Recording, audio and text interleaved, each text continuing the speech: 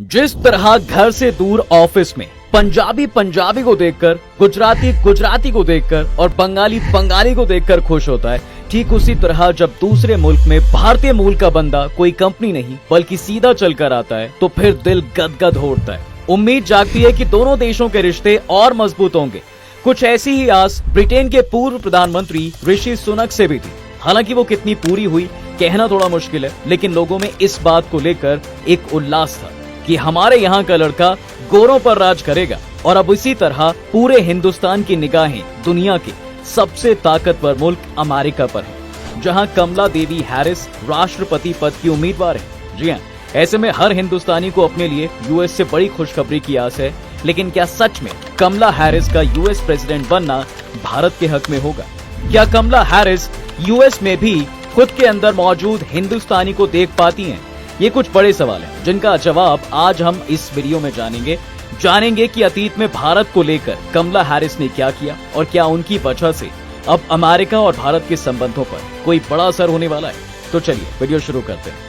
America के राष्ट्रपति चुनाव के लिए बिगुल बज चुका है। मौजूदा राष्ट्रपति जो बाइडेन ने चुनाव लड़ने से इनकार कर दिया है, जिसकी वजह से मुकाबले में अब एक तरफ पूर्व राष्ट्रपति डोनाल्ड ट्रंप हैं, तो वहीं दूसरी तरफ मौजूदा उपराष्ट्रपति कमला हैरिस है। चुनाव भले ही हिंदुस्तान से 7 समंदर दूर हो साहब, लेकिन इसकी सियासी तपिश हिंदुस्तान में भी देखने को मिल रही है। सबकी निगाहें इस बात पर टिकी हैं कि अमेरिका में अगली सरकार किसकी होगी, क्योंकि अमेरिका के राष्ट्रपति चुनाव में भारतीय जड़ें काफी अहम हो गई हैं। एक तरफ ट्रंप के उपराष्ट्रपति पद के उम्मीदवार जेडी वैंसी हैं, जिनका ससुराल हिंदुस्तान है क्योंकि उनकी पत्नी उषा भारतीय मूल की हैं। वहीं दूसरी तरफ अमेरिका की पहली महिला राष्ट्रपति बनने की दौड़ में कमला हैरिस हैं, जिनकी मां हिंदुस्तानी है और दिल्ली यूनिवर्सिटी से पढ़ी हुई है। ऐसे में रिपब्लिकन और डेमोक्रेटिक दोनों तरफ भारतीय कनेक्शन है।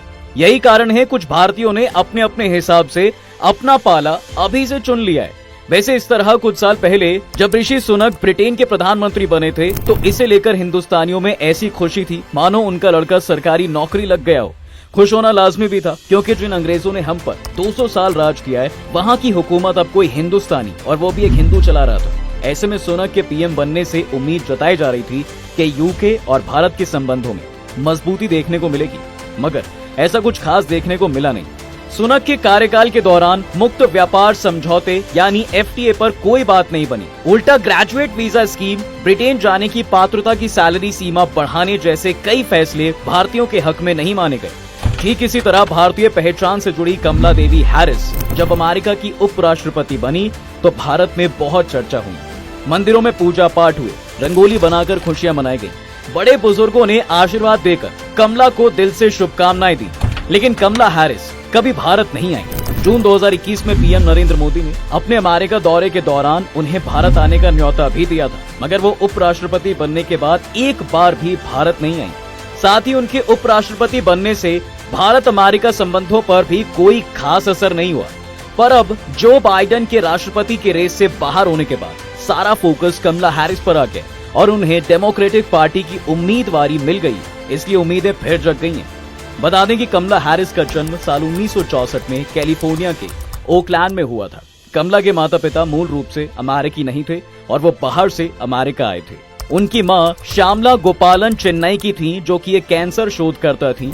वहीं उनके पिता डोनाल्ड हैरिस जमाइका के एक अर्थशास्त्री थे। उनकी एक बहन माया भी है। हैरिस जब 7 साल की थी तो उनके माता पिता का तलाक हो गया। पति से अलग होने के बाद श्यामला ने अपनी बेटियों को भारतीय और अफ्रीकी अमेरिकी संस्कृतियों में ढाला। कमला भले ही फ्रिक्वेंटली भारत न आती हूँ, लेकिन जब उनकी माँ श्यामला अपने वतन लौटती है तब कमला उनके साथ जरूर होती थी। अब सवाल ये भी है कि अमेरिकी सरकार का हिस्सा कमला हैरिस अपनी भारतीय पहचान पर क्या बोलती आई हैं, क्योंकि जब ऋषि सुनक ब्रिटेन के प्रधानमंत्री बने थे तब उन्होंने अपनी एक अलग छवि पेश करने की कोशिश की थी।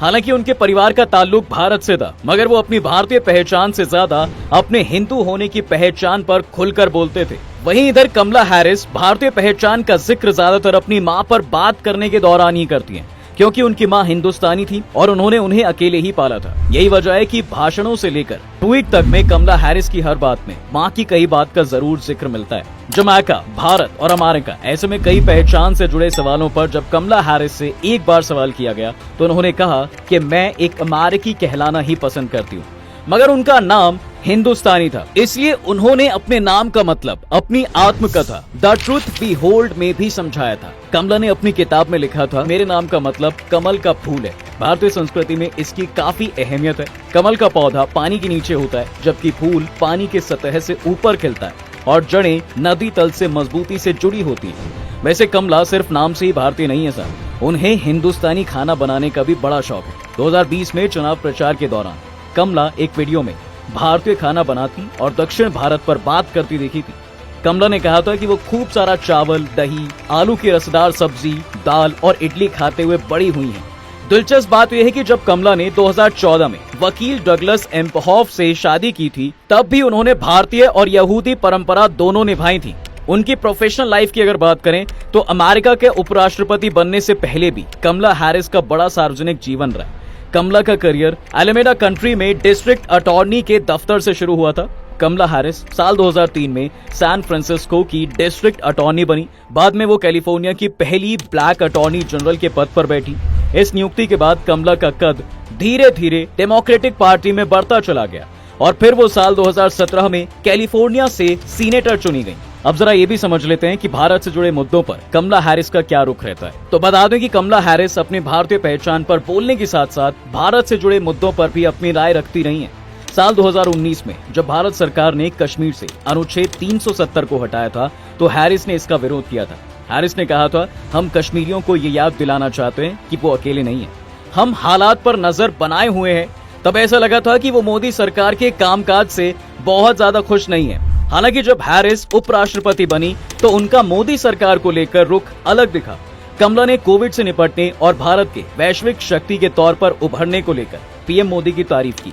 मगर 2021 में मोदी के अमेरिका दौरे के बाद लॉस एंजलिस टाइम्स की रिपोर्ट में दावा किया गया था कि हैरिस ने मोदी से कहा कि दुनिया में लोकतंत्र पर खतरा बढ़ा है। ऐसे में जरूरी है कि हम अपने देशों में सिद्धांतों और संस्थाओं की रक्षा करें। मैं अपने खुद और भारतीय लोगों के लोकतंत्र के प्रति समर्पण से ये बात जानती हूँ। उस समय हैरिस के इस बयान को पीएम मोदी के लिए एक हिडन मैसेज और शांति से मानव अधिकार का मुद्दा भारत के सामने उठाने के तौर पर देखा गया था। हालांकि हैरिस की भारत को लेकर कथनी और करनी में बहुत फर्क नजर आता है साहब, क्योंकि एशिया निक्की की एक रिपोर्ट की माने तो अब तक भारतीय अमेरिकी समुदाय से जुड़ने के लिए बतौर अमेरिकी उपराष्ट्रपति कमला हैरिस ने कम ही कोशिशें की हैं। अब अगर कमला हैरिस को यूएस का राष्ट्रपति बनने में सफलता मिली भी है तो भारत को कुछ ज्यादा फायदा नहीं मिलेगा। यही वजह है कि राष्ट्रपति पद की दौड़ में आने के बाद से भारत में कम उत्सुकता और ठंडी प्रतिक्रियाएं देखने को मिली हैं।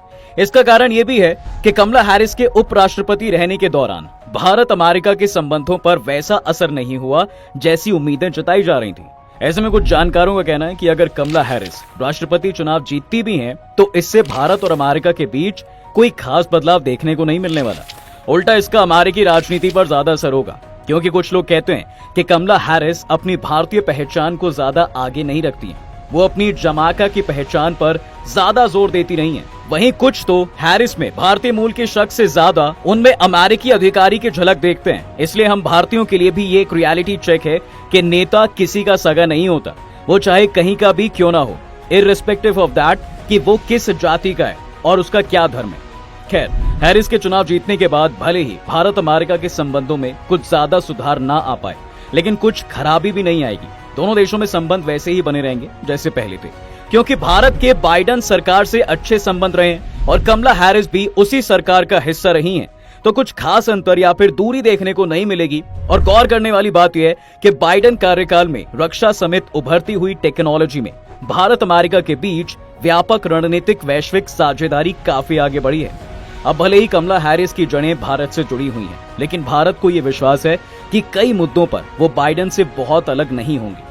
ऐसे मुद्दे जिन्हें भारत घरेलू मामलों में हस्तक्षेप समझता है। उदाहरण के तौर पर लोकसभा चुनाव के दौरान दिल्ली के मुख्यमंत्री अरविंद केजरीवाल की गिरफ्तारी पर अमेरिकी विदेश विभाग ने टिप्पणी की थी, जिस पर भारत के विदेश मंत्रालय ने कड़ी प्रतिक्रिया दी थी। इसके अलावा बाइडेन प्रशासन लगातार मोदी सरकार पर मुस्लिमों और अन्य अल्पसंख्यकों के खिलाफ भेदभाव का आरोप लगाता रहा है। हालांकि कमला हैरिस से जब जब प्रधानमंत्री मोदी मिले हैं और उनकी तस्वीरें सामने आई हैं, तो लोगों ने इस पर अपनी अलग अलग टिप्पणियां की हैं। जैसे जून 2021 में पीएम मोदी और कमला हैरिस की व्हाइट हाउस की तस्वीरें सोशल मीडिया पर काफी चर्चे में रही थी। इसी तरह जून 2023 में अमेरिकी दौरे के दौरान मोदी ने कमला हैरिस की जबरदस्त तारीफ की थी। अमेरिकी कांग्रेस को संबोधित करते हुए पीएम मोदी ने पीछे बैठी कमला हैरिस के बारे में भी कहा था, अमेरिका में लाखों ऐसे लोग हैं जिनकी जड़ें भारत में हैं। कई लोग गर्व के साथ इस हाउस में बैठते हैं, एक मेरे पीछे बैठी हैं। इसके बाद अमेरिकी कांग्रेस के सदस्य खड़े होकर ताली बजाते हुए पीएम मोदी की इस बात का अभिवादन भी करते दिखे। पीएम मोदी ने कहा, जब इतिहास रचा गया तो मुझे बताया गया कि समोसा कॉकस अब सदन के स्वाद में मिल गया है। मैं उम्मीद करता हूं कि ये बढ़े और ये भारतीय व्यंजनों की विविधताएं यहां पर लाएं। बता दें कि समोसा कॉकस भारतीय मूल के सांसदों और प्रतिनिधियों के समूह के लिए इस्तेमाल किए जाने वाला शब्द है। पीएम मोदी ने कमला हैरिस की जिन जड़ों की बात की, उसकी वजह से अब वो निशाने पर भी हैं, क्योंकि वो पहले अमेरिका की पहली महिला और ब्लैक उपराष्ट्रपति बनी है और अब वो राष्ट्रपति पद की दौड़ में आने के बाद से नस्ल भेदी टिप्पणियों का सामना कर रही हैं। हालांकि उनकी पार्टी उन्हें एक विविधता, समानता और समावेशी नेता के रूप में पेश कर रही है, मगर आपको पता है कि डोनाल्ड ट्रंप कितनी कट्टर विचारधारा के हैं और कितना कर्रा बोलते हैं। वैसे गौर करने वाली बात यह भी है कि भारतीय लोग ट्रंप के जीतने से भी ज्यादा नाखुश नहीं होंगे, क्योंकि डोनाल्ड ट्रंप की जीत के लिए भारत में कुछ लोग यज्ञ और हवन करते हुए भी दिखे। ऐसे ही हवन 2020 चुनाव के दौरान भी भारत में हुए थे, और जब हाल ही में ट्रंप पर हमला हुआ था और गोली उनके कान को छूकर निकली, तो प्रतिक्रिया भारतीय पीएम मोदी ने भी दी थी और ट्रंप की सेहत का हाल जानते हुए ऐसी घटनाओं की निंदा की थी। हालांकि ये बात अलग है साहब कि डोनाल्ड ट्रंप ने अपने चुनाव प्रचार के दौरान ही भारत को निशाने पर लाना शुरू कर दिया है। हाल ही में ट्रंप ने कहा कि भारत हार्ले डेविडसन बाइक बेचने पर काफी टैक्स लगाता है और इसके लिए वो भारत को नहीं, अमेरिका को ही जिम्मेदार मानते हैं। जानकारों का कहना है कि अगर ट्रंप जीतते हैं तो भारत के लिए कई चुनौतियां आ सकती हैं, क्योंकि उनका पूरा फोकस अमेरिकी अर्थव्यवस्था को बेहतर करना होगा।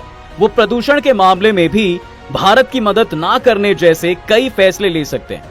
हालांकि ट्रंप के पहले कार्यकाल में दोनों देशों के संबंध अच्छे थे, लेकिन अगर ट्रंप को दूसरा कार्यकाल मिला तो ये दोनों देशों के लिए अप्रत्याशित यात्रा रहेगी। वैसे कमला हैरिस के आगे बढ़ने के डेमोक्रेटिक पार्टी को भी कुछ जोखिम है। पब्लिक ओपिनियन सर्वे बताते हैं साहब कि डोनाल्ड ट्रंप के खिलाफ आमने सामने की लड़ाई में कमला हैरिस का प्रदर्शन बाइडेन जैसा ही है।